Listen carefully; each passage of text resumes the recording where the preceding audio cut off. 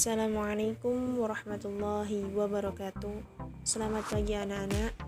Gimana kabar kalian pada pagi hari ini? Semoga kita semua dalam keadaan sehat walafiat ya.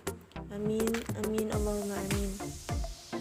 Minggu lalu kita membahas materi tentang sumbu, simetri, dan nilai optimum. Semuanya masih ingat kan? Nah, pada pertemuan kali ini materi kita yaitu tentang sifat, koefisien, dan determinan. Ya, mari kita bahas bersama-sama.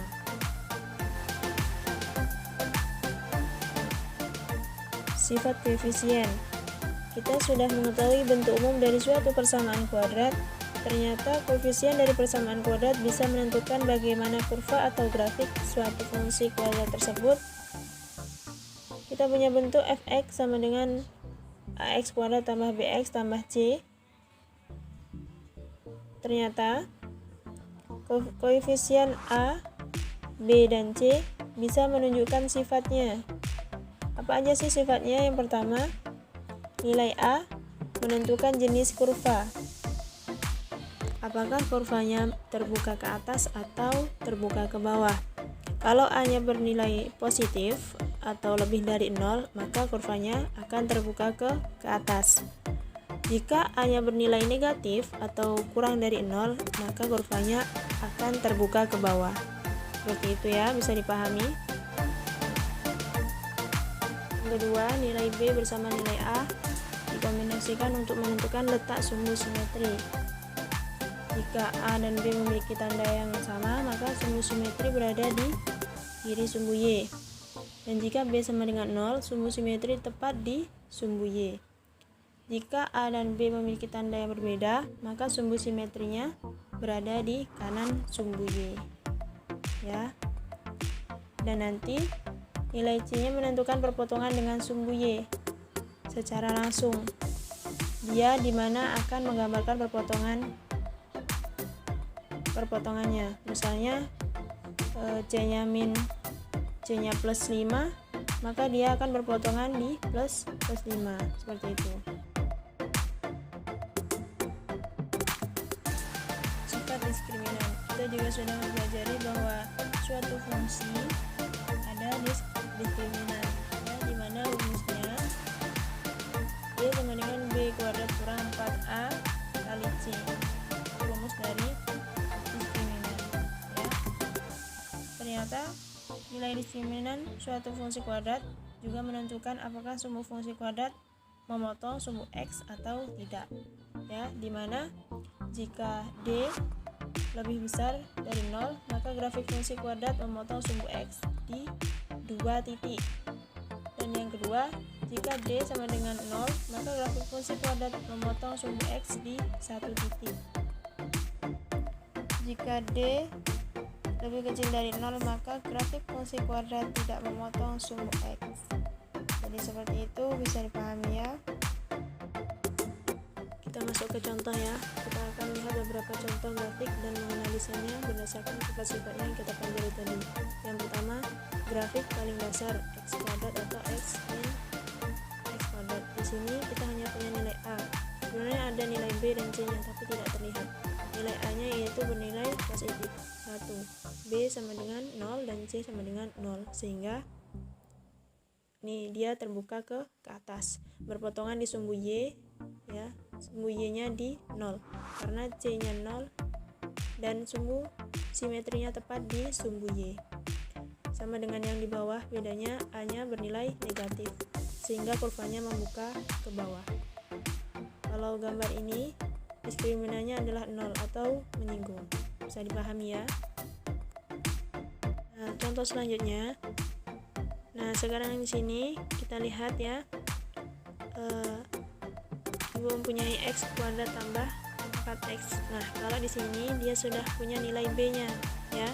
Nilai b, nilai a sama-sama positif, sehingga sumbu simetrinya ada di sebelah kiri. Yang di bawah, nilai b dan nilai a-nya berbeda, satu negatif, satu positif, sehingga sumbu simetrinya dari kurva itu berada di sebelah kanan. Dan di sini diskriminannya lebih besar atau positif, dia memotong sumbu x di 2 titik. Selanjutnya contoh yang ketiga, di sini ada nilai A, ada nilai B, ada nilai C. A-nya 1, B-nya 4, C-nya min 3.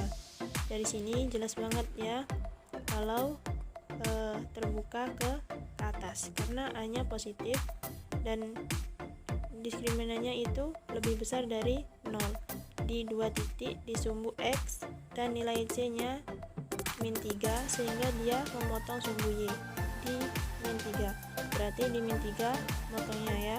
Kalau kita lihat A dan B-nya positif, maka sumbu simetrinya di sebelah kiri dari sumbu Y.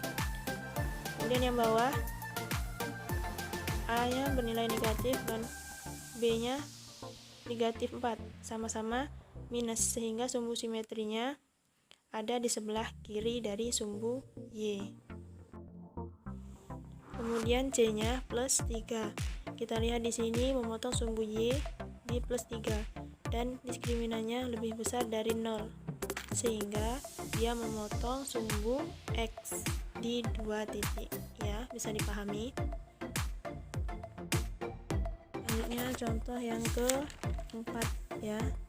Nah, diskriminannya lebih kecil dari 0, jadi dia tidak kena nih ke sumbu X-nya. Tapi kalau kita lihat di sini A-nya positif, B-nya min 5, C-nya positif 7. Kalau dilihat dia berbeda tanda A dan B-nya ya. Kalau sumbu simetrinya di sebelah kanan dan dia memotong sumbu Y di plus 7. Nah, yang ini juga mirip, bedanya memotong sumbu Y min 6 yang bawah ya.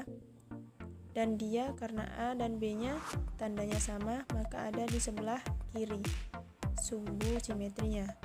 Mudah kan ya? Bisa dipahami?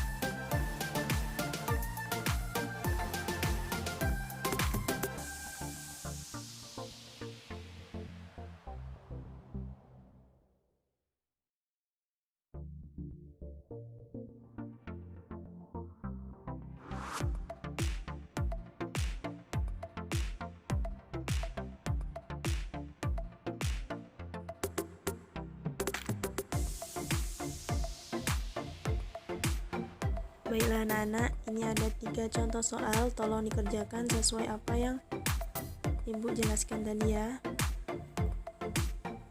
Ibu akhiri, wassalamualaikum warahmatullahi wabarakatuh.